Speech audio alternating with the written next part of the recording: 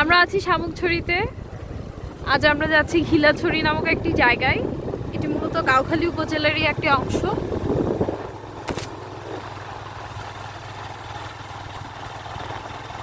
পাহাড়ি পথে যেতে যেতে দেখাবো আপনাদেরকে পাহাড়ি গ্রামগুলো।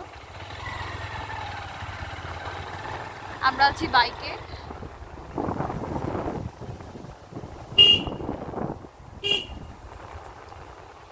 সবুজ আর সবুজ চারভূমি।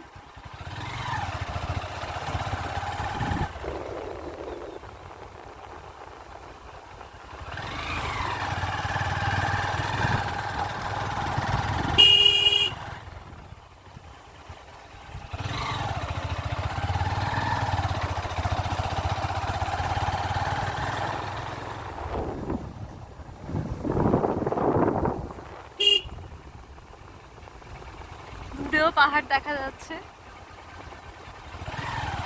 বৃষ্টি পড়ার পর পাহাড়ের সৌন্দর্য অসাধারণ, অন্যরকমই হয়ে যায়।